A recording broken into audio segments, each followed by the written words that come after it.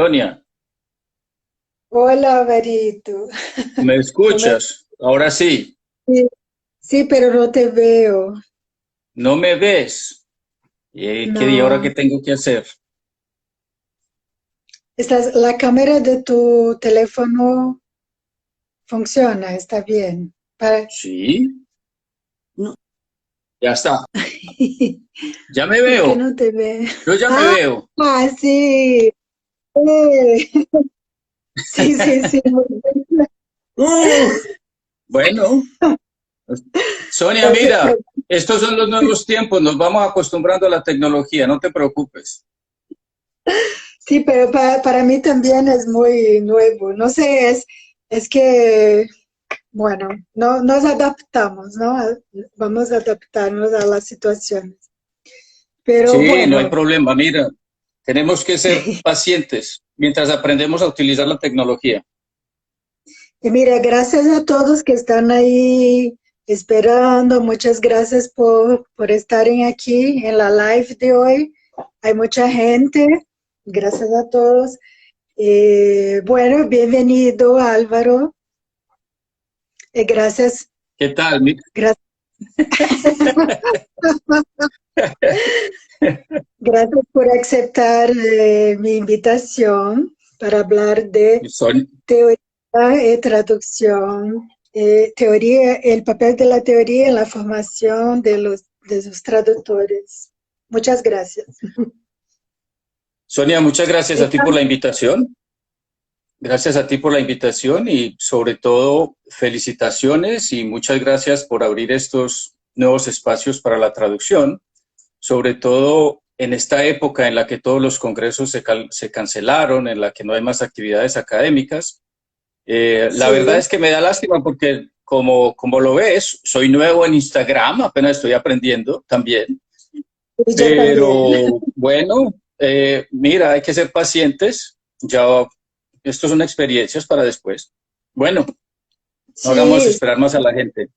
sí, sí, sí. La gente está ahí muy paciente. Eres muy popular, Álvaro. Hay mucha gente aquí para... Ah, muchas gracias, Sonia. Eso me alegra.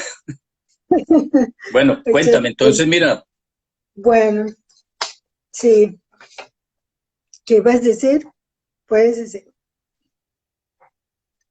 no, vamos a empezar con, tú tenías algunas preguntas, querías que habláramos de algunas cosas y Sí, no sé, creo que podríamos empezar, si tú puedes hablar un poco de tu capacitación, cómo fue tu motivación para ingresar en el campo de la traducción, la motivación para permanecer en el campo de la traducción y ahora es profesor de la Universidad de Montreal. Entonces, ¿cuál es tu motivación también para ser un educador en traducción? muy bien. Mira, empecé mis estudios de pregrado en la Universidad de Antioquia en un programa que nos daba un diploma de profesional en idiomas. El Ujú. programa era un programa que, por ejemplo, en los primeros 7 semestres aprendíamos Sí, lenguas modernas intensivamente, o sea, aprendíamos francés e inglés y luego teníamos unos componentes de traducción y los que deseaban podrían hacer algunos cursos de didáctica. El programa, en el contexto colombiano, nos permitía enseñar inglés o francés o traducir. Yo hice los dos y empecé a enseñar desde muy temprano. sí, Y digamos que con la traducción, más que todo motivación, pues era una manera de trabajar también y era muy esporádico en el contexto colombiano. Pero mi motivación con la traducción fue siempre que me permitía desarrollar un aspecto creativo que yo nunca desarrollé. O sea, en la traducción yo me sentía creador y luego pues continuar fue esa misma pasión.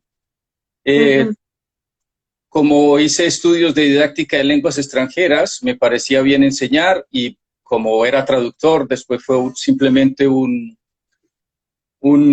como un resultado lógico que terminé enseñando traducción, o sea, utilicé mis conocimientos en didáctica de lenguas extranjeras para seguir enseñando traducción, sobre todo enseñar algo que me gustaba, que me gusta, que me gusta hacer, y es la motivación que tengo de, claro, después de tantos años ya es mi profesión, ya es mi trabajo y lo hago por asuntos laborales también, pero lo hago porque me gusta, porque veo que los estudiantes aprenden también. Sí, entonces la didáctica, la pedagogía fue tu primera pasión antes de la traducción o, no sé, los dos un poco juntos. O sea, yo enseñaba inglés y francés, era en didáctica de lenguas extranjeras y luego cuando ya siempre quise, o sea, la traducción siempre estuvo entre mis planes. En Colombia hacía interpretación y traducción y después en West Virginia, hice un máster en francés y TESOL, Teaching English to Students of Other Languages, y eso me permitió obtener más conocimientos en didáctica y en pedagogía. Y luego hice un máster en traducción. Y luego, haciendo el máster en traducción, ya sí fueron otros tipos de experiencias que me llevaron a decidir hacer un doctorado en traducción sobre el tema de pedagogía de la traducción, pero esta motivación sí fue algo más, digámoslo así, más personal, y fue ver, sí fue ver que en muchos países se enseñaba la traducción y siempre se enseñaba de la misma manera. Y ver que, por ejemplo, como en mi caso, que me apasionaba la traducción, me gustaba, y toparme con profesores que yo llamaba matapasiones. Matapasiones, sí, porque enseñaban la traducción para que a uno no le gustara. Entonces, uno que llegaba motivado a clase, queriendo aprender a traducir, se topaba con ciertos profesores que eran matapasiones, yo los he llamado siempre así, y dije, bueno, aquí debe haber algo que hacer, y desde ahí decidí dedicarme a hacer un doctorado, investigar más sobre lo que era enseñar a traducir, y de ahí vino mi interés, más que todo, digamos lo que fue una motivación. Yo pensaba que se podía enseñar la traducción sin hacer sufrir a los estudiantes, o al menos sin desmotivarlos, y por eso me interesé por otras maneras digamos, de enseñar. Y ese ha sido siempre como digamos, esa fue una motivación, la motivación para seguir. Pero fue eso, encontrar profesores matapasiones.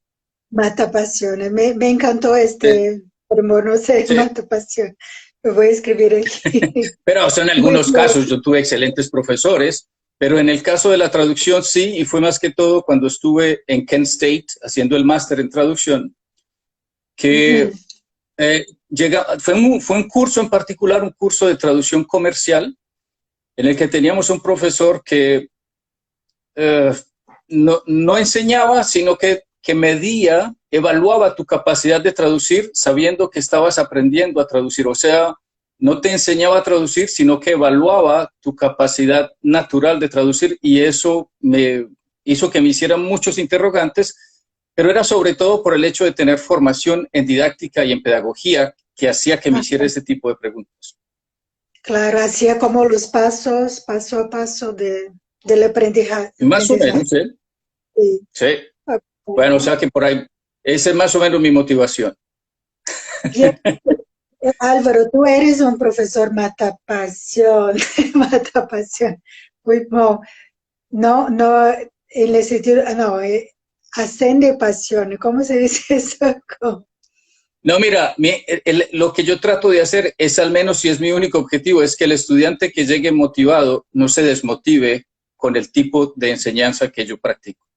Digamos que ese es como mi objetivo.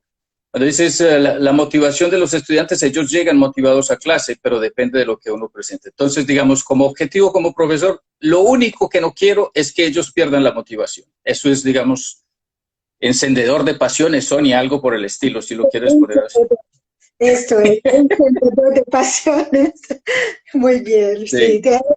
Creo que es un encendedor de pasiones. Bueno, si tú lo dices.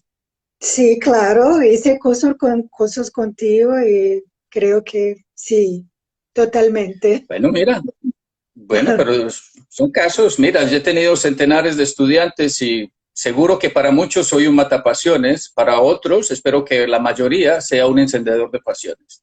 No, creo que encendedor de pasiones. Pero bueno, no. Bueno, a ver qué dicen los estudiantes. No sé si están por aquí, pero bueno. Ya, Mira, sí. Álvaro, estamos hablando entonces hoy, la live de hoy es como teoría y práctica, el papel de la teoría en la formación de los traductores.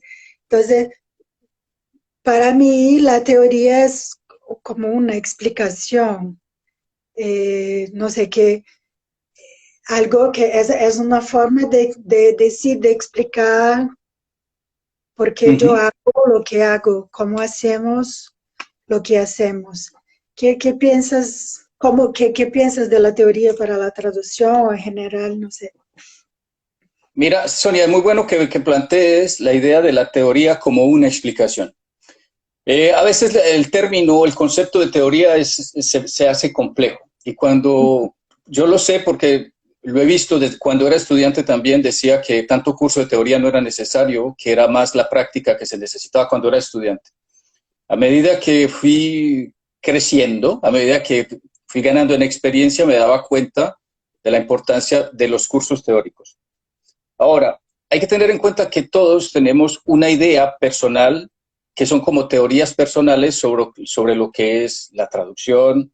Y Ujú, si alguna vez, o sea, yo lo he notado en mis estudiantes, es inclusive los que llegan, los que empiezan a estudiar traducción, aunque uno no lo crea, vienen con algunas ideas formadas sobre la traducción. Ellos tienen ideas ujú. teóricas, conceptos, digamos, ideas que manejan sobre la traducción. Y una de ellas es, por ejemplo, que tienen que ser muy fieles al texto original.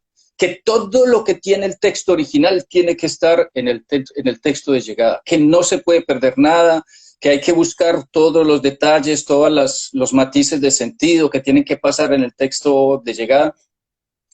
Y una de las primeras cosas que como profesores yo veo que tenemos que hacer es tratar de que el estudiante entienda de que eso es solo una idea de la traducción y que hay muchas otras formas de traducir. Lo mismo Ujú. pasa en cualquier tipo de enseñanza. Los profesores, así no hayan tenido una formación formal para la pedagogía, tienen ideas personales, se puede decir como una teoría personal de la traducción, y es Sí. con el estudio, o sea, lo mismo tenían, pues yo puedo decir lo mismo, tenía mis propias ideas y con el estudio, con la lectura, con la investigación, ese estudio de la teoría me ha permitido ser más coherente, entonces, y identificarme y ponerle nombre a los conceptos y a las ideas que yo expongo con los estudiantes a la organización que hago de mis cursos. En ese sentido hay que entender la teoría. Ahora, en traducción en Ujú, particular, a mí me parece que tiene que ser siempre en contextos. Por ejemplo, cuando tú me propusiste la idea de esta actividad, yo te dije que me gustaría mucho hablar de mi último curso de enfoques teóricos de la traducción, porque ujú. fue una experiencia muy linda, a pesar de todo el problema de la pandemia, del COVID-19, del COVID-19, perdón, que, que, que hizo que el curso fuera más corto y todo, pero inclusive fue una experiencia muy bella con los estudiantes. Pero esto es lo importante, ¿qué teorías, para qué traductores, para qué estudiantes y en qué contextos? Entonces, por ejemplo, eh, yo con estos estudiantes trato de utilizar, son estudiantes del diploma de estudios especializados, lo que se llama DSS aquí en francés, que llamamos un diploma de estudios especializados, y son estudiantes muy particulares, y esto es importante porque todo tiene un contexto. ¿Cuál es la situación? O sea, ¿cuál es el contexto en el que se enseñan los cursos de traducción? Estos estudiantes son profesionales, o sea, que ya son mayores, tienen un diploma profesional universitario y decidieron hacer estudios de traducción porque quieren hacer un cambio de carrera. O sea, no son Ujú. estudiantes de pregrado. Y entonces, por ejemplo, con ellos, la idea es tratar que vean en la primera parte del curso enfoques teóricos. Ese es otro asunto que en traducción hablamos de teorías, pero realmente les decimos enfoques teóricos, pero cuando los analizamos bien también son más bien como enfoques metodológicos de trabajo. Tienen detrás una idea, digámoslo, teórica, como se puede decir, por ejemplo, digamos, aquí, para el contexto canadiense, tenemos una manera de traducir por ejemplo, en la que es muy válido el enfoque comparatista, por ejemplo, pero es algo cultural. Entonces, aquí, por ejemplo, las ideas teóricas, los conceptos que van con el enfoque comparatista, tienen una razón de ser porque van con el contexto social, cultural de Quebec. Como pasaba, por ejemplo, digamos, en Francia, en Les It, con el enfoque interpretativo, por ejemplo. Decir que la teoría del sentido es más bien como un enfoque de trabajo, una manera de ver la traducción. Entonces, con mis estudiantes aquí es enfoques teóricos que pueden resultar prácticos al momento en el que ellos salen al mercado laboral. Ese es, digamos, como uno de las ideas que trato de inculcarles o que trato de aplicar en el curso, ¿ya? Con ellos, con estos estudiantes. Pero siempre es la idea de contexto. Si, por ejemplo, uno va a enseñar un curso teórico en Colombia, tiene que ser algo que vaya con la práctica, que se corresponda con la práctica, que cuando los estudiantes salgan al mercado laboral, que lo que aprendieron lo puedan utilizar. Entonces, por ejemplo, el énfasis que hacemos, o al menos que yo hago en este curso, en el enfoque comparatista, en lo que es el enfoque interpretativo de la Escuela de París, sirven, o por ejemplo, el enfoque funcionalista de Nord. Digamos, son enfoques que van mucho hacia la práctica de la traducción no literaria. Pero estos estudiantes, por ejemplo, y por eso te quería hablar, porque te dije que habláramos de este asunto, porque la idea es no ponerlos a hablar, porque no hablen de teoría como hablamos los traductólogos, que no hablen, que los estudiantes no vean la teoría así como hablamos entre profesores, por ejemplo, o como hablan o como escribimos en los artículos, sino que la vean como algo que les va a ayudar a explicar su propia práctica, lo que van a hacer en el mercado laboral, que les permita tomar decisiones, que les permita explicar a los clientes por qué traducen de cierta manera, que les permita discutir con los colegas de asuntos de traducción, que por ejemplo, no vengan con discursos del tipo, ¿por qué tradujiste así? Porque me parece que suena bien o porque me parece que así está bien, sino que tengan argumentos y que tengan un discurso teórico, si lo podemos llamar así, un discurso especializado para explicar lo que ellos hacen en traducción. Sí, perfecto. ¿Qué pasa? No, es que en esto que estás diciendo no sé, pienso que los estudiantes cuando empiezan el curso, por ejemplo, de enfoques teóricos, estos estudiantes de DSS están preocupados en cómo van a traducir de una manera, no sé, los clientes van a pedir algo rápido y bueno, y una buena traducción, pero no sé, ¿cómo tú motivas a ellos a incorporar, a integrar eso en su práctica de hoy, que es todo tan rápido, todo tan... Lo que pasa es que este tipo de reflexiones yo creo que es bueno hacer esta diferencia porque la universidad es como el momento y el lugar para esta formación teórica, para que el estudiante pueda reflexionar de esta forma sobre la teoría. Sí. O sea, ya luego es darles herramientas más que todo discursivas para que ellos expliquen, para que puedan hablar de asuntos de traducción. Por ejemplo, mira, uno de los objetivos de este curso es que los estudiantes tengan, digamos, un discurso, información para discutir los grandes, digámoslo así, las grandes discusiones de traducción. Cosas como la traducción es imposible o la traducción es infiel o toda traducción es una pérdida. En la traducción siempre se pierde. La traducción nunca será mejor que el original. Es discutir con ellos temas de este tipo para que cuando ellos lo tengan que explicar o se enfrenten a este tipo de discusiones, tengan argumentos, tengan una visión crítica frente a estas problemáticas.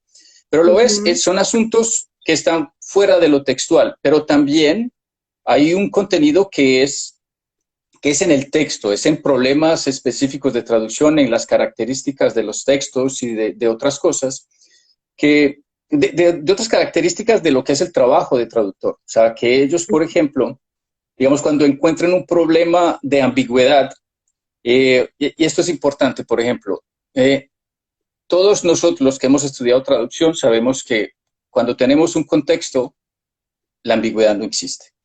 Entonces, con los estudiantes, por ejemplo, miramos el problema de cómo resolver la ambigüedad y yo les propongo fórmulas muy sencillas. Entonces les digo, miren, el contexto en este curso lo vamos a ver, o la situación de traducción la vamos a ver pensando en las 5 caras del contexto. Entonces, por ejemplo, les hablo de contexto lingüístico, o sea, dónde se encuentra el aspecto que quieren traducir dentro de un párrafo, dentro de una frase, dentro del texto. Les hablo de contexto cognitivo, que es, por ejemplo, lo que aprendemos, lo que el texto que estamos traduciendo nos enseña. Sí, claro. Cuando estamos traduciendo, cuando empezamos, todos sabemos que al principio toda traducción, la traducción siempre es más difícil al comienzo porque no tenemos contexto. Entonces, este asunto del contexto cognitivo, que es qué nos enseña el texto que estamos traduciendo, cómo nos define los términos y otros asuntos. Luego hablamos, por ejemplo, de un contexto pragmático, que es cómo hacer cosas con las palabras, de un contexto semiótico, y así vamos discutiendo que ellos aprendan esas 5 caras del contexto para que tengan herramientas teóricas para resolver problemas. Vienen otras cosas como, digamos, las visiones del mundo, lo que dice la gente, sí, pero es que digamos, el pan en francés no es lo mismo que el pan en inglés, entonces cuando uno lo traduce no está traduciendo la misma cosa. Entonces discutimos temas de ese tipo, o por ejemplo, cuando, digamos, un ejemplo normal. Tú tienes, por ejemplo, el diván de Freud, ¿ok? El diván de Freud, sí, que no lo podrías traducir por un sofá, por ejemplo, en ciertas circunstancias, porque el nombre, el término diván tiene ciertas connotaciones, ciertas asociaciones a cierto, y no vas a decir, lo acostaron en el sofá para que hablara. Es que entiendan que no es, que a veces se puede, pero otras veces no, por, digamos, por sinónimos, o sea, trabajar asuntos de sinonimia, y se discute con los estudiantes y ellos ven la pertinencia de ejemplos claves de este tipo. Muy bueno, perfecto. Mire, tenemos una cuestión una pregunta de Germana. Bueno, habla ¿Sí? todavía de profesores mata pasión. Mata pasión. Sí, pero creo que tiene una conexión con estrategias también que estás hablando ahora, estrategias para motivar a los estudiantes. Entonces, Germana pregunta si los profesores matapasiones son los profesores que son los que llaman la atención para los errores de traducción y cómo puede evitar no ser un profesor, cómo puede no ser un profesor matapasiones. Entonces, ¿qué estrategias tienes tú para no hacer eso?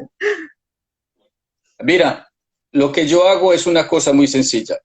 Digamos, cuando yo enseño y lo que leo, lo que aprendo sobre la enseñanza, lo hago para facilitar mi trabajo, para ser feliz haciendo mi trabajo. Entonces, por ejemplo, una de las cosas que hago es, lo primero es mi actitud. Que los estudiantes sientan que yo quiero estar con ellos en clase, porque no hay nada peor que un profesor que llega a clase y, digamos, su lenguaje verbal, su lenguaje no verbal, su lenguaje corporal, lo que transmite es la idea de que él no quiere estar ahí. Entonces, por ejemplo, todo empieza con una actitud, con una organización, pero desde ese punto, o sea, desde el día que empiezas tu clase, crear un buen ambiente de trabajo en el que el estudiante se sienta en seguridad, que sienta que puede venir, que puede arriesgarse a cometer errores, que puede decir cosas, que se va a poder reír a lo mejor, que va a ser serio, que va a aprender. Pero es más que todo un asunto de actitud y mira, esto sí es importante. Los estudiantes lo que quieren ver es alguien que sabe para dónde los lleva. Ellos quieren ver a dónde quieres llegar con ellos. Perfecto. Tener ideas claras, por ejemplo, ponerte objetivos que a veces salen de los objetivos generales y específicos de los cursos, pero por ejemplo, decirte algo sencillo, que al menos que ellos reconozcan los principales enfoques teóricos de la traducción, que puedan hablar de ellos, que puedan dar explicaciones, objetivos sencillos, como yo te decía, mi interés en hablar, por ejemplo, de este curso en particular, de hablar de teoría, es porque en este curso de enfoques teóricos yo utilizo una estrategia muy simple y es que le digo a los estudiantes que el curso está dividido en dos grandes principios de lo que es la teoría. El primero es que todo proyecto de traducción requiere una estrategia de traducción a lo mejor diferente y que esas estrategias de traducción se explican en los enfoques traductológicos, en cómo los hacemos. Esa es la primera parte. Entonces, por ejemplo, con ellos vemos, digamos, el enfoque lingüístico, en el que vemos, sobre todo, por ejemplo, un texto de Jacobson, vemos los textos que hablan de los shifts, se me olvidó el nombre de este señor, de Catford, y hablamos de otros. Pero, digamos, yo trato, y esto es otra cosa que organizo, es que los textos tengan un grado de dificultad acorde con los estudiantes y que ellos sepan que van a hablar de esos textos con sus propias palabras, que yo no espero que ellos hablen como Jacobson, ni que hablen como Gambier, ni que hablen como los grandes teóricos de la traducción, sino que hablen en sus propios términos, con su propio discurso, y que, por ejemplo, parafraseen en sus propias palabras algunos conceptos claves. Lo otro es llevarlos por digamos, para los textos teóricos, y esto es una estrategia que me ha funcionado muy bien, es ellos los leen antes de clase. Ellos siempre leen los textos antes de clase y yo les propongo ejercicios de traducción que salen de esos textos que ellos han leído. O sea, ellos van a entender la teoría traduciendo. ¿Ya me comprendes? O sea, yo les doy, por ejemplo, de los textos que tienen que leer, que son muchos en inglés, yo voy a extraer las partes claves del texto que reconocemos en traductología como las partes claves. Si es por ejemplo, digamos, on the linguistic aspects of translation de Jacobson, entonces vamos a hablar de los 3 tipos de traducción, vamos a hablar de la imposibilidad, la idea de que todas las lenguas tienen los recursos léxicos para explicar una realidad de cualquier otra cultura. Y lo que hago es que ellos traduzcan fragmentos del texto que han leído que yo he seleccionado anticipadamente y te digo que funciona de manera excelente. De los textos teóricos, de los textos teóricos que ellos tienen que leer. Sí. Muy bueno. Imagino estrategia para... Bueno, porque ellos también saben que están haciendo algo, ellos, de que tienen su propia interpretación, cada uno tiene su propia interpretación también del texto. Sí. Que pueden mira, eso por ejemplo, eso es. En este curso, y es bueno, mi estrategia es, ellos tienen cada semana 1, 2 o a veces 3 textos que leer. Ellos lo leen y vienen a clase, yo les propongo actividades de traducción, de explicación, de discusión y sobre todo lo discuten en equipos, por ejemplo. Y en equipos tienen que ponerse de acuerdo sobre una traducción que tienen que entregar. Esto me ayuda, por ejemplo, a decirles que un principio de traducción es yo no traduzco si no comprendo. Para poder traducir hay que comprender y estar seguro de que comprendiste bien.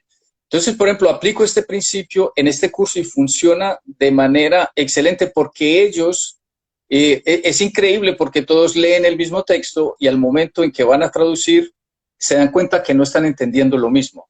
El hecho de que tengan que llegar a un acuerdo genera cierta discusión y ya luego en clase nos ponemos todos de acuerdo sobre lo que deberíamos entender sobre esas ideas. A mí me funciona muy bien. Estoy diciendo a mí, no digo que le funcione a todo el mundo, pero para mí esa estrategia funciona muy bien. Una otra interpretación muy buena. Tú como educador tiene que ser abierto también para recibir todas esas informaciones diferentes, ¿no? Interpretaciones diferentes, motivaciones diferentes también. Mira, Sonia, es muy bueno que menciones esto, porque cuando yo digo como profesor, yo también tengo una teoría, digamos, una teoría de lo que es el aprendizaje.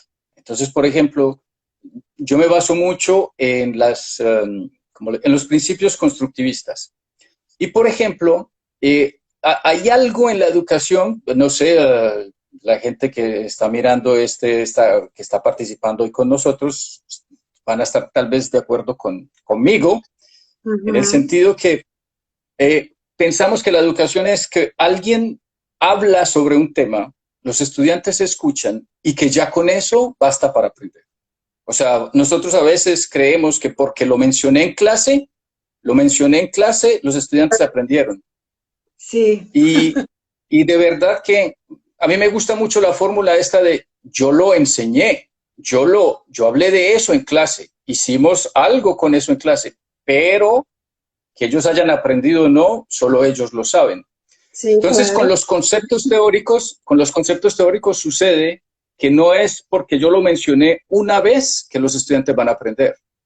Tengo que seguir mencionándolos, les tengo que permitir que lo utilicen y entender que hay como un grado de comprensión de los conceptos. Al principio es medio aproximado, luego se va aproximando más al concepto que yo tengo de alguna idea. O sea, es la idea de que con los conceptos también avanzan, que no es porque yo tengo, siempre doy el ejemplo de los que hablan, por ejemplo, de heurística, ¿ya? Yeah. Pues eso, y le preguntas a alguien, ¿usted conoce el concepto de heurística? Sí, o ¿qué entiende usted por heurística? Entonces empiezas a hablar, mira, yo hoy, por ejemplo, también aquí te digo, es un concepto que tienes que progresar en la concepción del concepto y pasa en traducción. En traducción y en teoría de la traducción también sucede que explicas un concepto, digamos, no sé, empiezas a hablar, pensemos por ejemplo en autotraducción o retraducción y a medida que mira, el mejor ejemplo es traducción, el concepto de traducción. ¿Qué es la traducción? Cuando tú hablas con los estudiantes, ¿qué es la traducción? Al principio simplemente hablan de pasar un texto de una lengua a otra. Ya luego te van a empezar a hablar de otros asuntos, la traducción en sentido largo, en sentido amplio. Cuando dices, por ejemplo, el mero paso de una idea a la palabra, a poder hablar, es de cierta manera traducción. A veces inclusive parafrasear algo en tu propio idioma es traducción. Interpretar un signo en la calle, los signos del tráfico, de la carretera, es una manera de traducción. Y entonces el concepto va evolucionando y pasa de ser simplemente la transferencia de un texto de una lengua a otra a algo más desarrollado. Mucho más Y es bueno, eso, mucho más rico, mucho más detallado. Y ese es el concepto de los especialistas, no es únicamente el concepto de, como yo digo, de mi tía Josefina, que hablaría de traducción en estos términos. En francés yo digo ma tante Aline, y mis estudiantes entienden, pero para dar un ejemplo, mi tía Josefina, ella también podría traducir. ¿Sí? Sí, sí, muy bueno, Álvaro. Y mira, tenemos esto que estás hablando, eh, hay una pregunta de María Lucia Vasconcelos de la Universidad Federal de Santa Catarina. Ella dice, ¿cómo diagnosticar as teorias para que estudantes e em que contexto? Como diagnosticar as teorias? Como vas a decir qué teoría para cuál estudiante en cuál contexto? Mira, es lo que digo. ¿Quiénes son mis estudiantes? ¿Y en qué contexto supuestamente van a trabajar? Si mis estudiantes son canadienses, digámoslo de esta manera, la realidad por ahora sigue siendo así. Nuestros estudiantes encuentran trabajo en traducción en Canadá y van a traducir del inglés al francés muchos tipos de textos. Y la traducción en Canadá tiene una tradición. O sea, digámoslo, en Canadá se traduce, como uno dice, de manera idiomática. Y esa manera de traducir idiomática es como, digámoslo, lo pueden decir de mucha manera, el tipo de práctica, el hábitus de los traductores quebequenses o algo sencillo para no complicarnos con cosas más teóricas. Y esto quiere decir que los estudiantes, por ejemplo, están dentro de un ambiente en el que la traducción siempre se ha enseñado, digamos, comparando lenguas. Entonces, en ese sentido, los enfoques centrales para nuestros estudiantes, para que la teoría, lo que van a aprender en el curso teórico sea aplicable en el mundo laboral, las teorías más centrales sobre las que habría que hacer más énfasis son el enfoque lingüístico, el enfoque comparativo y el enfoque interpretativo y el enfoque funcional. Y lo vas viendo que es como una secuencia, digamos, son los enfoques más aplicados a lo que es la traducción no literaria. Eso es importante, a la traducción no literaria. Pero estos estudiantes, por ejemplo, digámoslo, en la segunda parte del curso, y es más como complemento para que ellos lo entiendan, en esa segunda parte del curso, yo parto de un principio que comparto con ellos continuamente, casi cada semana cuando nos encontramos, les digo, miren, recuerden que los enfoques que estamos estudiando ahora nos van a permitir ver que la traducción hace mucho más que permitir la comunicación. Entonces ahí ya hablamos de los enfoques culturales y a los estudiantes, al principio, cuando empezamos a hablar, por ejemplo, de traducción feminista, a los estudiantes eso no les llama mucho la atención. Cuando hablamos, por ejemplo, de asuntos de poscolonialismo, estas cosas no les interesan mucho al principio, pero a medida que van entendiendo cómo funciona y por qué la traducción hace mucho más, es mucho más que permitir la comunicación, uno los ve que se integran en la discusión. Ellos entran en la discusión y entienden. Y yo lo digo porque la actividad final del curso es un trabajo escrito o una presentación oral en la que ellos escogen un tema de traducción. Ellos escogen un tema de traducción y, digámoslo así, la única exigencia que yo les hago es que tienen que aplicar los conceptos de uno o dos de los enfoques vistos en clase para que los pongan en práctica. Y los trabajos son sorprendentes. O sea, yo leo el trabajo final y veo que ellos, que sí hay algo que se les queda de los enfoques teóricos y que los utilizan para analizar situaciones de traducción. Por eso cuando me hablaste de esta actividad, yo te decía, me gustaría mucho compartir esta experiencia porque para mí como profesor fue muy enriquecedora. De verdad que estos estudiantes, o sea, como profesor, ver lo que estos estudiantes hicieron, sobre todo en un momento muy difícil, en un curso que fue muy corto, fue excelente. Todo es un contexto. Entonces, digámoslo así, elegir para responder a la pregunta es mirar el contexto, en qué contexto van a trabajar los estudiantes o cuáles son sus objetivos personales y qué, digámoslo así, porque tiene que ser para una clase, pero qué enfoques les serían más pertinentes desde el punto de vista social para la sociedad. Ya luego hay asuntos personales, motivaciones personales que tú no puedes controlar. Claro. Pero al final, ¿crees que mismo con todos los cambios de todo, estuvo bien el curso?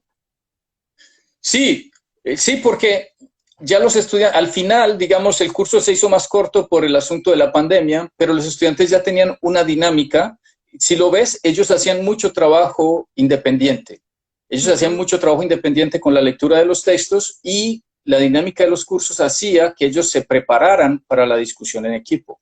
Esto fue interesante, de verdad que, pero no es la primera vez que doy el curso y siempre salgo muy satisfecho con esta actividad y al menos le cambio la idea que los estudiantes tienen de la teoría.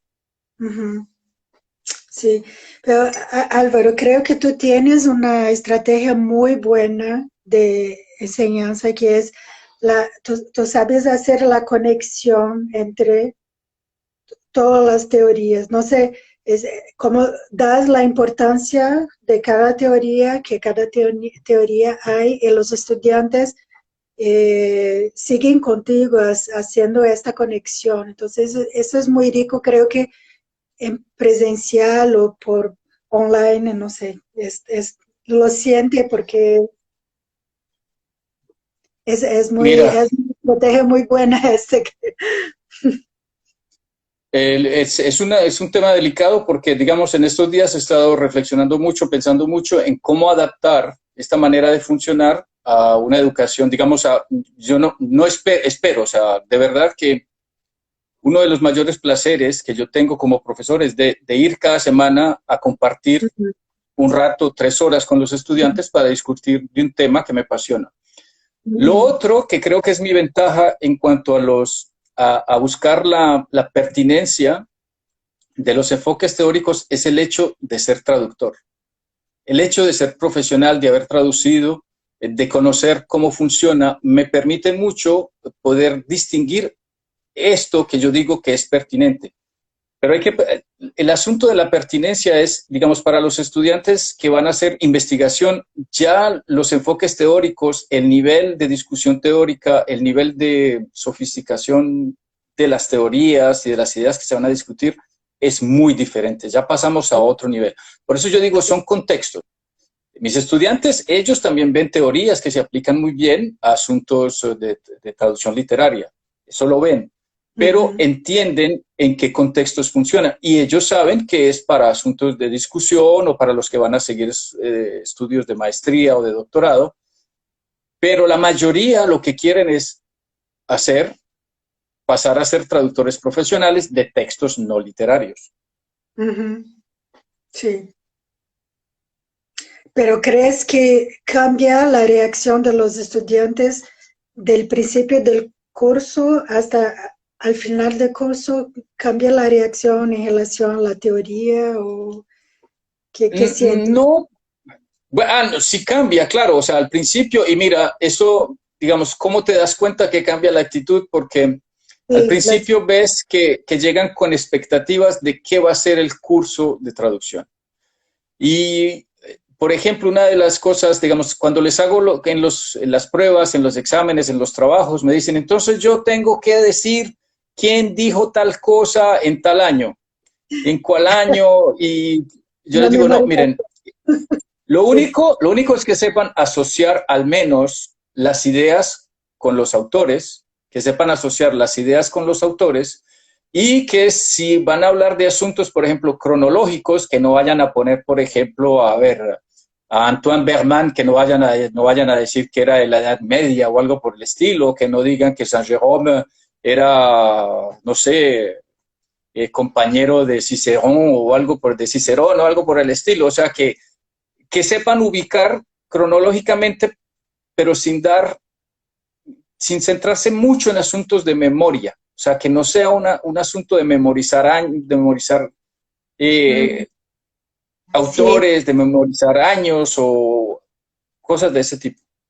Y mira que hay un comentario aquí, no sé, Evolution, no sé cómo se llama, pero para enseñanza de teorías, creo que no ser un matapasiones es no basear las clases solamente en memorizar nombres de teóricos, conceptos y fechas. Ah, mira.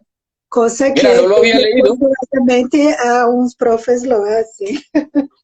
Mira, eso es verdad. Mira, no, aquí como estoy tan pendiente de no perder la señal y saber a dónde tengo que mirar aquí en el teléfono, no había visto el comentario, pero sí, es en serio que eso no es eso. O sea, eso son informaciones, sí, son pertinentes, pero, o sea, esto es clave y es buena la pregunta. Yo, por ejemplo, lo que hago con los estudiantes, les doy una situación, les digo, miren, el asunto de los nombres propios, de las fechas, yo, por ejemplo, creo saber sobre estos temas, pero cuando voy a escribir un artículo o voy a hacer una conferencia sobre estos temas, tengo que volver a leer. Cuando voy a escribir mi artículo, tengo mis fuentes bibliográficas al lado para consultar las fechas. Y la verdad, sí son importantes para ubicarme en el tiempo, para no cometer errores de cronología. Pero es lo que digo, si en un examen o en algún ejercicio ellos no tienen, al menos que expliquen, bueno, fue un autor de la Edad Media, del siglo XVII, del siglo XVIII, o es un autor contemporáneo de otro, que hagan asociaciones, al menos que se ubiquen bien en el tiempo, así no sea exacto o perfecto, pero que lo hagan.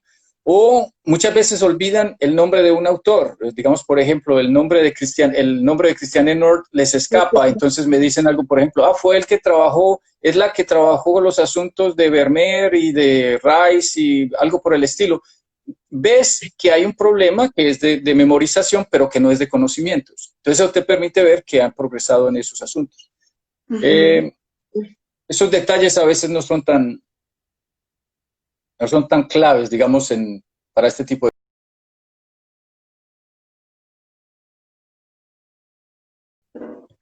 Soniña, ahí estoy, pero no funciona el video por alguna razón. Sí, no hay problema, la gente está diciendo hace algo, entonces podemos terminar así, ¿no? Creo, sí. Sí, yo Si creo que sí. algo A ver, cambia.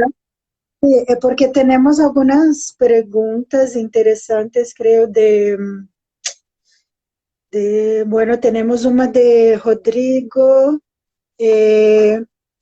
¿Cómo el profesor debe pensar el concepto de metacognición para el enseño-aprendizaje de la teoría de la traducción y en la práctica de la traducción? Entonces, el concepto de metacognición. oh, esta pregunta está bien interesante. Mira, hay Sí, que...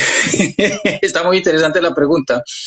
Lo primero es que, como yo lo he dicho siempre, la metacognición es permitirle al estudiante que él se conozca como estudiante, que él sepa qué es lo que tiene que aprender, que él sepa dónde está, digamos, en lo que tiene que ver con los conceptos de traducción, que el estudiante sepa cuál es el nivel de desarrollo de sus conceptos. O sea, si él entiende que todavía le toca aprender más o algo por el estilo para manejar mejor los conceptos. Es que, a ver, es llevar al estudiante a que él vea que sus conceptos, que lo que ha aprendido sobre los conceptos está lo suficientemente desarrollado como para funcionar y que no tiene digamos, una idea errónea de lo que es alguna de las principales ideas de la traducción. ¿Por qué sucede? Por ejemplo, digamos, con conceptos como la retraducción, con conceptos como lo que llamamos las falsas traducciones, cuando se habla de este tipo de cosas como el Quijote, que se dice que es supuestamente una falsa traducción, este tipo de conceptos que ellos estén seguros de comprender lo que realmente es, así sea con sus propias palabras. ¿Ya? Para aplicarlo a la traducción, digamos que como yo siempre he dicho, la traducción, la interpretación, la revisión son actividades metacognitivas en el sentido de que el traductor o el intérprete tiene que estar, por ejemplo, siempre controlando sus procesos cognitivos. En el caso del traductor, tiene que saber que entendió, estar seguro de que entendió la idea correcta y sobre todo cuando no entiende, que lo reconozca para que siga investigando hasta que entienda. Ese es uno de los problemas con los estudiantes que empiezan a traducir, y es que ellos no autoevalúan la comprensión que tienen de los textos que están traduciendo, y esto los lleva muchas veces a proponer, digamos, traducciones erróneas. En el caso de los estudiantes de traducción, el concepto es mucho más importante de lo que uno piensa, porque como yo lo he dicho, si uno analiza bien los errores de muchos estudiantes, esos errores no tienen que ver tanto con conocimientos, sino con asuntos metodológicos, porque los estudiantes, por ejemplo, no se saben releer, no saben revisar sus propias traducciones. Y sí, yo lo digo y lo puedo decir de esta manera, porque muchas veces yo le pido a los estudiantes que ellos mismos corrijan sus textos, y ellos reconocen los errores y son capaces de proponer las buenas soluciones, o sea, de corregirlos ellos mismos. Lo que quiere decir que no es tanto un problema de conocimientos, sino de control de los procesos cognitivos. Por ejemplo, la revisión. Revisarse sus propios textos, muchas veces ellos miran las palabras, pero no están evaluando lo que quieren decir esas palabras. Entonces es una manera de poderlo utilizar. Sí, podríamos hablar en este caso de empoderamiento, ¿crees? O de una... Mira, yo tengo una citación de Paulo Freire que te envié, más creo que va junto un poco con lo que estás hablando ahora. Entonces voy a leer para todos. A teoria sem prática vira verbalismo. assim como a prática sem teoria vira ativismo. No entanto, quando se une a prática com a teoria, tem-se a praxis, a ação criadora e modificadora da realidade. Então, a praxis seria o sujeito da teoria que vai para a prática, e a partir da sua prática surge uma nova teoria.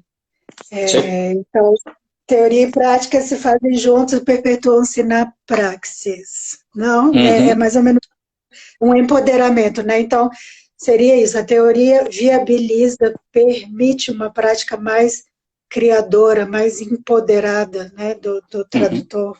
Essa é a pergunta. Sí, Sonia, digamos, la cita de Freire se puede, digamos, para traducirla en otras palabras más sencillas, y esto es lo que yo trato de hacer. Lo que dice, por ejemplo, Freire es lo típico. La teoría o la práctica sin teoría es como el que trata de navegar sin una brújula, por ejemplo, sin saber para dónde va. Sí. Otro buen ejemplo que yo utilizo con los estudiantes de por qué es que están aprendiendo y por qué tienen que ver teoría, yo les hablo, digamos, utilizo una imagen del atletismo, del deporte, ¿ok? Yo les digo, miren, sí, todos podemos correr. Y los grandes corredores, digamos, los que van a las Olimpiadas, son gente que corre, pero además aprenden sobre aerodinámica, aprenden sobre la musculatura, aprenden sobre otros asuntos, aprenden sobre ergonomía, aprenden muchas otras cosas que les permiten mejorar en su práctica, mejorar en lo que tratan de hacer. Tú, por ejemplo, podrías también buscar una idea similar en la música. Hay mucha gente que toca la guitarra sin tener ninguna teoría por detrás, sin haber estudiado nada de teoría, lo hace simplemente por, digamos, por instinto, porque tienen buen oído y no lo hacen mal.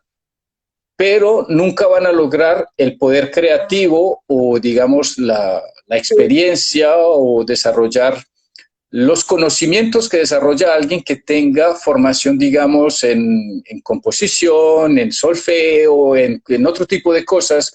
Es difícil. O sea, en la traducción pasa algo similar y todo el mundo lo sabe. Inclusive hay una de las preguntas, una pregunta siempre ha sido, ¿se puede enseñar a traducir? Claro que se puede enseñar a traducir. ¿Cualquiera puede traducir? Sí, cualquiera puede traducir, pero no de manera profesional. Es parecido, es como yo puedo cantar, pero no podré cantar ópera o ganarme la vida como cantante. Es parecido, o sea, con la teoría y con la práctica funciona más o menos de la misma manera. Y lo que dice Freire es, la idea de Freire es un profesional que reflexiona sobre su práctica. Y es esa reflexión la que lo va a ayudar a crear sus propias teorías, a sus propias maneras de funcionar y que le ayuda a perfeccionar. O sea, el profesional que reflexiona sobre su práctica es alguien que pasa de lo que es inductivo a lo deductivo, y ahí es donde yo digo, para no complicarnos, es el hecho de hacerlo todos los días y de encontrar soluciones a los problemas te permite de pronto formular teorías personales sobre lo que haces y eso se va convirtiendo en teoría, o sea, funciona de esta manera. Automáticamente, sí. Muy bueno, muy bueno. Mira, Álvaro, tenemos otras preguntas. Una pregunta de Pablo Cardellino. ¿Cuál es la importancia de discutir la norma en un contexto como, por ejemplo, el canadiense, donde, como dices, se impone tanto el principio idiomático? Muy bien. Mira, por ejemplo, el concepto de norma es una pregunta muy particular porque así es, o sea, tú puedes traducir y sucede que llegan, por ejemplo, personas que vienen de otros países francófonos donde la norma de traducción no es la misma de Quebec y a lo mejor traducen bien, pero esas traducciones no responden a las expectativas del mercado canadiense. Lo que, digamos, las personas tienen que hacer es adaptarse. Muy bueno, porque el concepto de norma, aunque digamos, no lo utilizo mucho de esta manera porque hablo más bien como de una práctica de la manera en que funciona pero el concepto de norma sería y esta pregunta es muy, muy pertinente en ese sentido, que el estudiante entienda por eso yo hablo de contexto. O sea, ¿cuál podría ser la norma? ¿Cuál podría ser la norma de en Estados Unidos la norma de traducción puede ser diferente a lo que se hace aquí en Quebec. Inclusive la traducción hacia el inglés puede tener, digamos, como otras características. Yo pongo el ejemplo de Quebec siempre porque el traductor quebequense que traduce al francés sabe que funciona dentro de una tradición en la que la traducción hace parte de todo un esfuerzo digamos, de política lingüística. La traducción contribuye en Quebec al mejoramiento y al mantenimiento de la calidad de la lengua francesa en Quebec y en Canadá. Esa es la idea, por ejemplo, con el concepto de norma que puede funcionar. Esa pregunta está muy buena pregunta, Gladys. ¿Cuál es la norma de traducción? Muy buena, sí, muy buena. Bueno, tenemos otra. Voy a dejar hacer un poco las preguntas de los que están aquí participando. Bueno, una pregunta de Gleiton Malta, de Postrage da UNB, de la Universidad de Brasilia. ¿Cómo el profesor evalúa las traducciones? Él suele apuntar traducciones más o menos adecuadas. Él tiene algún método personal de evaluación. Entonces ahí ya está, creo que en un contexto de práctica, ¿no? Bueno, teoría y práctica, pero quizás en cursos prácticos, no sé. Sonia, esta pregunta es, digamos, la evaluación en traducción sigue siendo un tema complejo. ¿Y por qué digo complejo? Porque en traducción, y es un trabajo que se está haciendo ahora, los colegas de Barcelona están trabajando en este aspecto, y es que no poseemos niveles fijos como parámetros que nos permitan evaluar a un estudiante en el primer nivel, en el segundo nivel, en el tercer nivel. Un estudiante que está en el primer trimestre de traducción tiene que producir traducciones casi correctas, perfectas, de muy buena calidad. En mi caso, por ejemplo, las evaluaciones, yo me concentro más en lo que los estudiantes debieron haber aprendido en mi curso, ¿ya? Lo que debieron haber aprendido en mi curso. Y entonces analizo para las evaluaciones que utilicen los conceptos, que apliquen, digamos, los conocimientos que han adquirido en las traducciones, sabiendo que sus traducciones no serán perfectas ni publicables. Además, son ejercicios de aprendizaje. Es toda una discusión de un estudiante según los niveles, o sea que, y es no evaluar tanto la capacidad de traducir de los estudiantes, sino lo que aprendieron en el curso de traducción. Porque un principio, y es un principio pedagógico, y es un principio con el que yo empiezo, que motiva a los estudiantes, y es, yo parto del principio que mis estudiantes no saben, que los estudiantes entraron, se inscribieron en un curso, en un programa de formación, porque no saben. Entonces no los evalúo, digamos, a los principiantes, no los evalúo como alguien que ya sabe. Y trato de hacer una evaluación progresiva en la que al principio soy flexible con ciertos tipos de errores que deben ir desapareciendo hacia el final, para que al final sí pueda evaluar cosas más de traducciones que pueden ser publicables o asuntos por el estilo. Pero una vez más, tiene que ver con el nivel en el que estén los estudiantes. Claro, acredito que en un curso práctico esto es más puntual, ¿no? Cada estudiante tiene una habilidad, no sé, que es muy diferente del otro. Porque en un curso teórico, imagino que, bueno, sé que intentamos juntar todas las habilidades para no sé, escuchar y racionalizar en la teoría, pero en la práctica tenemos que, el educador, el profesor, tiene que ver todas las habilidades de cada uno en particular. La traducción es un asunto complejo porque implica comprensión, implica capacidad de transferencia, implica capacidad de revisión. Entonces, por Sí. ejemplo, uno podría en los primeros niveles concentrarse, por ejemplo, en la comprensión, digamos. Ajá. Yo enseño un curso de metodología de la traducción que divido de esa manera. Al principio del curso me enfoco mucho en aspectos de comprensión y evalúo la comprensión. En la mitad del curso me centro más en lo que es la transferencia, o sea, cómo hacen la transferencia los estudiantes de una lengua a la otra, y lo que miro es la comprensión, qué comprendieron y cómo lo explicaron, cómo lo reexpresaron. Y luego al final del curso lo organizo, me centro más en la revisión, y ya eso me permite ver con ellos todo el proceso y toda la metodología de traducción. Ok. Funciona y eso hace que me centre solo en un aspecto y no en todo. Entonces, la evaluación, por ejemplo, yo la puedo hacer enfocándome en lo que yo esperaba que ellos aprendieran. Esas son maneras de funcionar. Entonces piensas primero las habilidades que quieres que los estudiantes desarrollen y No, después en las estrategias. Sonia, lo que hago es un curso de metodología de la traducción en la que los estudiantes tienen que aprender muchas cosas y entre otras a traducir.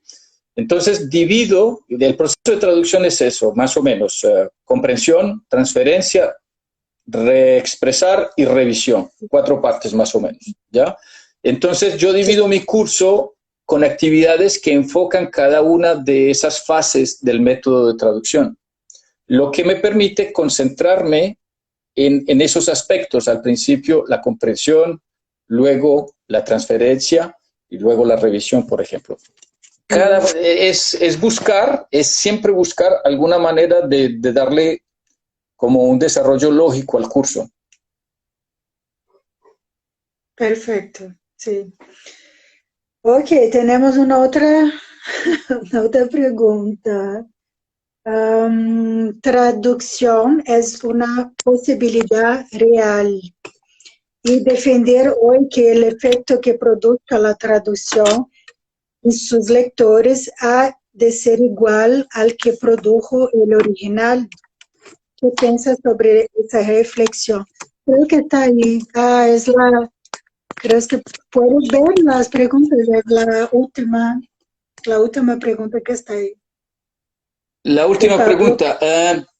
Mira, Sonia, es un tema, es un tema interesante, es un tema teórico y todo Mm, depende. O sea, supongamos un texto de otra época, de la época medieval, hoy, que vas a traducir hoy. ¿Qué efecto vas a poder provocar? O sea, no puedes comparar los lectores. Todo depende. Eh, a lo mejor ese no es el objetivo, a lo mejor ese no es el objetivo de la traducción. Eh, si, por ejemplo, quieres traducir asuntos como un, no sé, humor o algo por el estilo, eso sí lo podrás lograr, pero buscando siempre, por ejemplo, estrategias como la adaptación, y ya ves ujú. que, o la como mira, ahora sí funcionó. Ah, ya estás ahí. No Qué sé qué, bueno. esto está loco. Bueno, pero ya saben que sí estaba aquí. Para asuntos como ese y es buena, la pregunta es buena porque Ujú, todo depende del proyecto de traducción, de lo que se busque. Si el cliente quiere que produzca el mismo efecto, pues lo podrán hacer, pero todo depende del proyecto de traducción. O sea, ¿qué quiere? En el curso de teoría, por ejemplo, yo con los estudiantes discuto que uno no traduce, la traducción no es un ejemplo estilístico ni de redacción. La ujú, traducción no literaria, digámoslo así, eh, uno la hace porque alguien necesita un servicio profesional de comunicación interlingüística e intercultural. Y el trabajo del traductor es ayudarle a la persona que necesita la traducción a saber qué tipo de producto es el que más se va a adaptar a sus necesidades.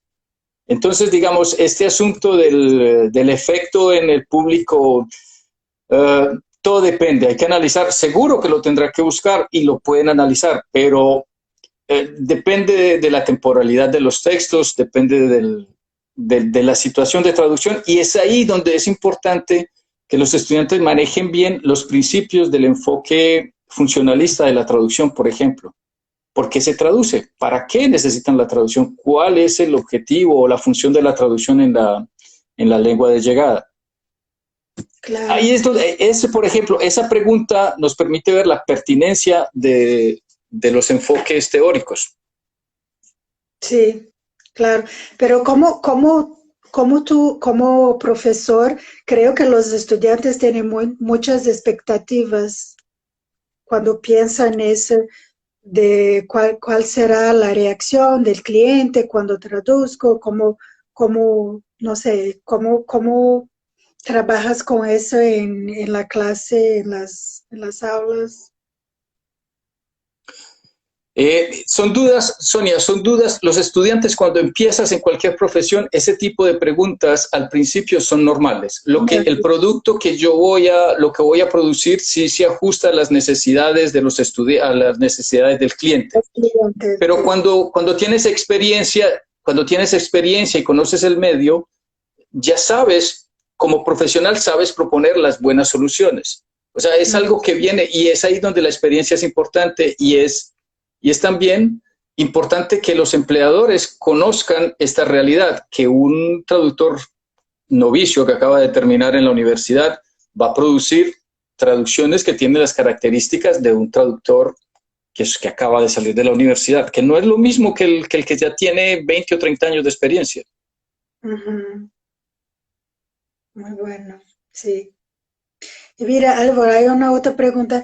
¿Tú como profesor utilizas algún enfoque específico para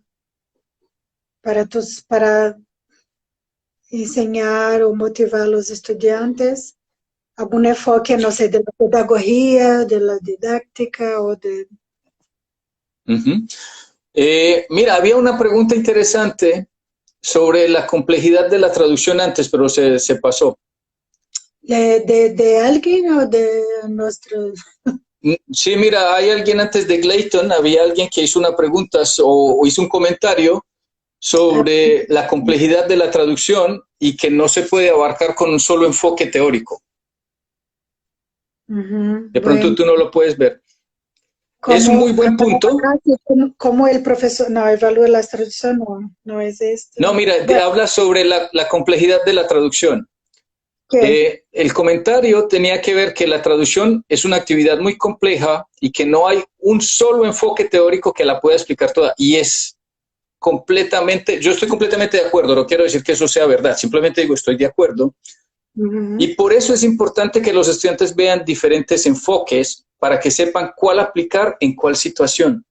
Esa es la importancia de que vean diferentes enfoques, así el enfoque que se aplique en el contexto sería el más pertinente, pero que miren todos los otros, porque por ejemplo el enfoque cultural o el enfoque, digamos, las ideas postcolonialistas o otras ideas, inclusive las ideas de Derrida, en muchos contextos son muy importantes. Digamos, las propuestas teóricas de Schleiermacher o de Berman en muchos contextos son muy interesantes, pero para los estudiantes, más que todo en contextos de traducción literaria. Hay otros casos, por ejemplo, en los que el enfoque comparatista funciona muy bien, otros en los que tienen que utilizar asuntos de lingüística. Yo le digo a mis estudiantes que tienen que aprender a traducir palabra por palabra, como en la época de Cicerón y de toda esa gente de Saint-Jérôme y los otros. Y ellos me dicen que ¿por qué? Y yo les digo, porque a ustedes se les pueden presentar situaciones en las que el cliente les pide que traduzcan de esa manera. Y ellos me dicen, ¿cómo en qué casos? Y yo les digo, bueno, miren, yo soy un traductor independiente y me pueden llegar, digamos, alguien que me dice que le traduzca algo en específico, y el ejemplo que doy es el de un colega de lingüística que estaba analizando un corpus lingüístico en inglés y que lo necesitaba traducido palabra por palabra en español, porque él quería analizar, por ejemplo, el sistema de la posesión del inglés y compararla con el del español. Y él me pedía una traducción palabra por palabra, o sea, que Sí, digamos, cada palabra, cada preposición, cada artículo, cada adjetivo tuviera su equivalente en español para él hacer sus análisis. O sea que no, depende. no, y mira que hay muchos clientes todavía que quieren un texto palabra por palabra. Entonces, sí, te estoy de acuerdo que tiene que comprender todos los tipos de... Ajá, mira, no sé quién es. Hay una pregunta que dice que ¿cuáles son los teóricos que más utilizo? Ver, a ver. Ah, estoy entra, ok, ¿qué puede ser? Ajá, ajá. ¿Cuáles son los teóricos que más utilizan? Mm, hablar de teórico, no tan enfoques, pero tiene que ver más con mis estudiantes, digamos, es más sobre lo que insisto, en lo que insisto es para nuestros estudiantes canadienses, el asunto comparatista y la teoría, y los asuntos del enfoque interpretativo, siempre con el enfoque funcionalista. La verdad es que para la traducción profesional no literaria el enfoque funcionalista es muy, muy útil y le ayuda a los estudiantes a entender su profesión. O sea, Ujú. esos diría yo que son para el traductor no literario, de pronto son los enfoques esenciales. En Sí, Canadá, y vuelvo y digo en Canadá. sí, hay gente que dice aquí se ve la utilidad del enfoque funcionalista. Bueno, ¿Sí? otro. ¿Qué, qué puedes decir sobre parallax? Parallax, no sé cómo se pronuncia. Mira, por ejemplo, no sé a qué se refiere por parallax, Yo la tampoco. verdad, y lo digo, Parallax. no sé de dónde venga. Y hago traducción literaria, por eso preguntaba. Ajá. Bueno. Mira, ya la puedes invitar para que nos explique el Sí, concepto de parallax. Yo no. la próxima, ¿quién es? Pablo, no sé si es Pablo o no Pablo sé. Cabrera. Cabreras. Bueno. Bueno, ¿tienen más comentarios, preguntas? Las últimas. ¿Quién, yo? No, ¿O los... quién? Bueno, tú también si tienes comentarios. No, mira, yo otra vez te digo que en este momento una actividad como esta que estás realizando es esencial, porque hace tiempo, por ejemplo, todos los congresos que yo tenía este verano se fueron anulados, todas Fueron las las... actividades académicas sí, y entonces hay que buscar otras maneras, así la tecnología nos ponga a voltear un rato y nos Sí, haga sudar, pero vamos aprendiendo, o sea, eso es aprender. sí, bueno, está ahí. Entonces la gente dice, excelente espacio, muchísimas gracias. Gracias, Lucrecia. Paula, es Paula Cabreras. Paula, Paula. Hola, Paula. Hola. Ah, a ver, el último comentario. No Brasil, existe uma tentativa sistemática de enfraquecer o pensamento teórico reflexivo dentro das universidades. O excesso de enfoque na prática não seria prejudicial para esse pensamento reflexivo. Mira, yo, por ejemplo, la experiencia, afortunadamente he visitado varias veces Brasil, invitado por Germana, por Patricia y por otros colegas, y Sí, no creo que sea el caso, yo no creo que esto sea verdad. Muchas veces es una impresión. Lo otro que hay que entender es que los estudiantes presionan para que haya más práctica, porque ellos creen que entre más traduzcan, más van a aprender. sí, tiene Una vez que... más, o sea, no es porque traduzcan 20,000 palabras o porque traduzcan 20,000 palabras en una hora que son mejores traductores. Tienen que ser profesionales reflexivos, o sea, que reflexionan sobre lo que están haciendo. Eh, una, Algo, digamos que yo he tratado con mis estudiantes de que entiendan aquí es que no es la velocidad de la traducción. Mientras son estudiantes, la velocidad o la rapidez para traducir no es un elemento de evaluación, no es el que traduce más rápido el mejor traductor. Y muchas veces sucede que el que traduce muy rápido requiere mucho tiempo para la revisión. Entonces, que entiendan que ese no es un criterio de evaluación del desempeño del estudiante. Y que en la universidad pueden ir un poco más lento, pero más reflexivos. O sea, que vayan entendiendo los diferentes pasos de la traducción. Yo no creo, o sea, en Brasil no creo. Lo que sí es que uno ve una reducción de los cursos que llamamos teóricos para adaptarse algunas veces a las necesidades de los estudiantes. Tampoco estoy de acuerdo en que haya, por ejemplo, que más de 30% de los cursos de un programa de formación de traductores sean teóricos. No, tampoco pienso.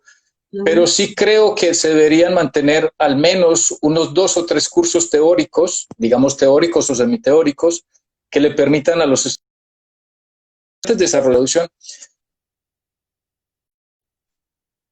Es algo que a mí me gusta mucho de nuestro programa en la Universidad de Montreal, el hecho de que tienen, por ejemplo, varios cursos que les permiten entrar o, digamos, conocer aspectos teóricos, un curso de metodología, luego tienen cursos en los que discuten sobre diferentes asuntos. Los profesores también en los cursos prácticos introducen muchos conceptos teóricos. Debe estar ahí, pero tampoco, por ejemplo, el curso de historia de la traducción es elemental. O sea, un profesional que no conozca la historia de su profesión, muy difícil podrá explicar ciertos problemas, ciertas dificultades de traducción. O sí, no caer en tópicos o en problemas estereotípicos de la traducción. Son cursos necesarios, pero tampoco deben ser ni la mayoría ni ocupar gran parte de lo que es un programa de traducción.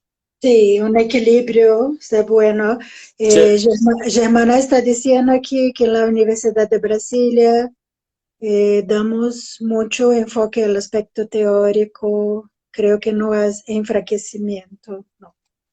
No, Bueno. tampoco, o sea, ese no es, sobre todo que, como yo siempre he dicho, cualquier traductólogo que vaya a Brasil se sorprende del dinamismo de la traductología en Brasil. O sea, no creo, pero muchas veces desde afuera puede ser la percepción, es un asunto de percepción y depende de muchas cosas. Cualquiera que venga también a Montreal y que vea a nuestros estudiantes dice que no tienen formación teórica porque los cursos no son muchos, pero de hecho sí hay. Y se trata, muchas veces es presión de los estudiantes y de los empleadores, que dicen que los estudiantes tienen una formación muy teórica, pero no creo que sea el caso. No, no creo tampoco, estoy de acuerdo. Pero bueno, es una discusión. Mejor, sí, es lo que estamos intentando hacer aquí. Sí. Bueno, Sonia, entonces yo repito otra vez, felicitaciones por este espacio. La gente dice gracias por la charla, muchas gracias gracias por la iniciativa, excelente espacio para reflexionar, excelente, gracias. Entonces, muchas gracias a todos que estuvieron aquí con nosotros. Gracias a Álvaro por aceptar mi invitación. Sí, nos perdonan que estemos aprendiendo estos asuntos de redes sociales y de tecnología, pero sí, vamos aprendiendo. Pero como es muy común también que estos problemas se pasen, entonces la gente es tolerante también, es paciente y bueno, vamos.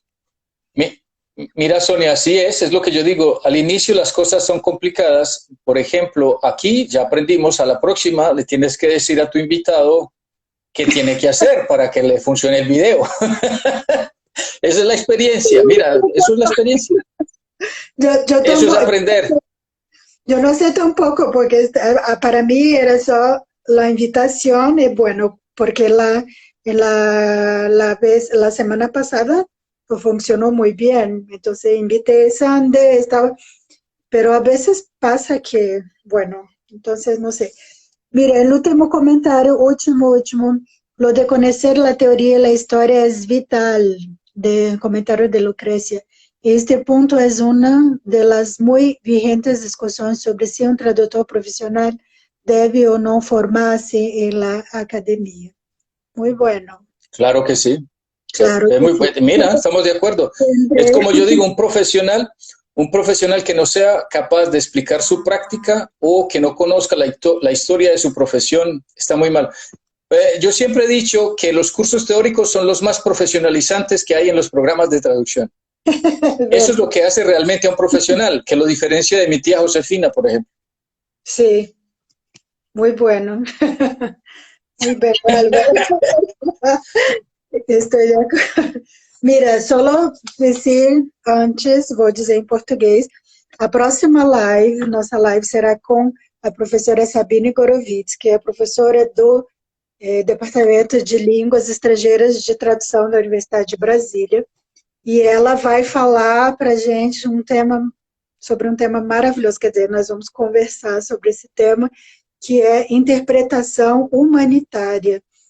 Então, acho que vocês não podem perder, vai ser super interessante. Eu quis pegar o gancho um pouco da Sandy, na semana passada, que começamos falando sobre a interpretação, e a interpretação no circo acaba sendo um pouco a interpretação comunitária, e aí a Sabine é a nossa próxima convidada. Vocês vão adorar a Sabine, é maravilhosa. Assim, maravilhosa, maravilhoso como o Álvaro, só temos aqui lives tops. Muy Maravilloso, bien. muy Nos buena vemos en live. una semana entonces. Y muchas gracias. Hoy aprendí algo diferente a mi profesión. Excelente discusión, gracias. Gracias a todos. Bueno, Sonia. Chao, pues. Chao, buenas Chao. Chao a noches. todos. Muchas gracias. Buenas Bueno, noches a todos. Gracias. chao. Chao.